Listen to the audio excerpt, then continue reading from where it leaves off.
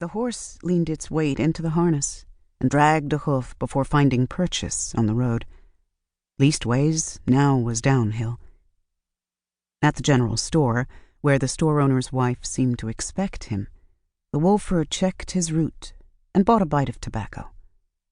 To make town in daylight is what he would have liked, to drive his hunting gear through the center, see the people turn to watch him pass, nod to those who waved, and tip his hat at those who cheered. But so be it. The wolfer drew up in front of the lighted farmhouse. He wrapped a wolf fur around his shoulders and placed a wolf hat on his head, the kind of attention to detail that persuaded folks they were getting what they'd paid for. Morning found the wolfer in the woods, a mile or more above the farm. He had scoured the way for the carcasses of fallen prey, tracks, droppings, any sign at all. He found nothing.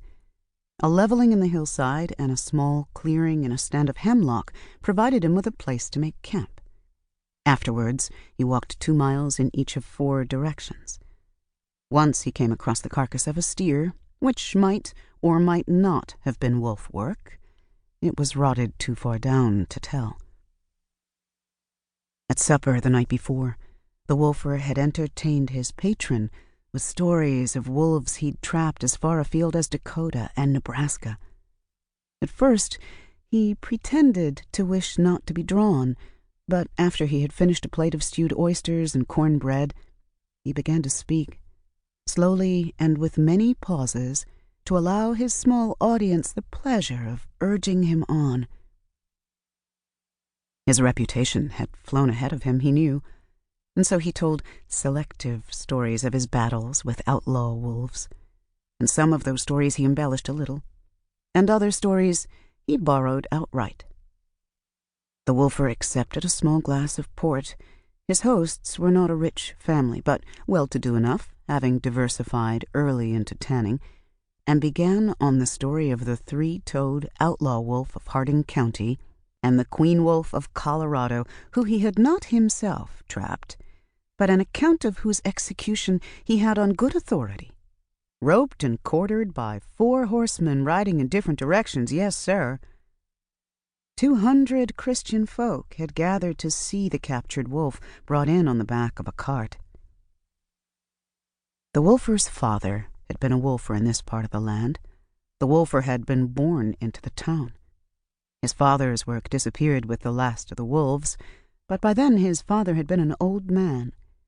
As a young man, the wolfer headed west, and in his time had done any and every kind of job there was, worked the railroads, ridden herd, fenced and mined ore, all for other men. Once he'd grub-staked his savings in a cinnabar claim, worked at it 2 years hard before he gave the whole thing up. The mercury, when it came to it, had been worth less than his time. Soon after, he learned there was wolfing work around, and learned, too, the kind of money a rancher was willing to pay a wolfer to keep his land clear. And so he bought himself a new skinning knife and took up his father's trade right where the old man had left off. From the brow of the hill, the wolfer surveyed the land on the opposite slope. What once was pasture and lush fields of wheat and corn now was weeds and white pine saplings. The farm owned by the wolfer's host had lost 6 sheep to the wolf, so they said. Another farmer had woken to find 8 of his sheep dead, a 9th kicking in her death throes. This had been going on for a couple of years now. Though nobody had seen a wolf, nevertheless, a wolf was said to be responsible. Wolves were coming back, folk believed, and said so. Had merely been waiting out the years for the opportunity for men to lose their vigilance. For his part, the wolfer thought it likely a feral dog was at the root of it, but he kept his mouth shut. Afternoon. The wolfer shot a buck, cut off and wrapped the haunches, dragged the remainder of the carcass behind his horse to a place about a mile from his camp.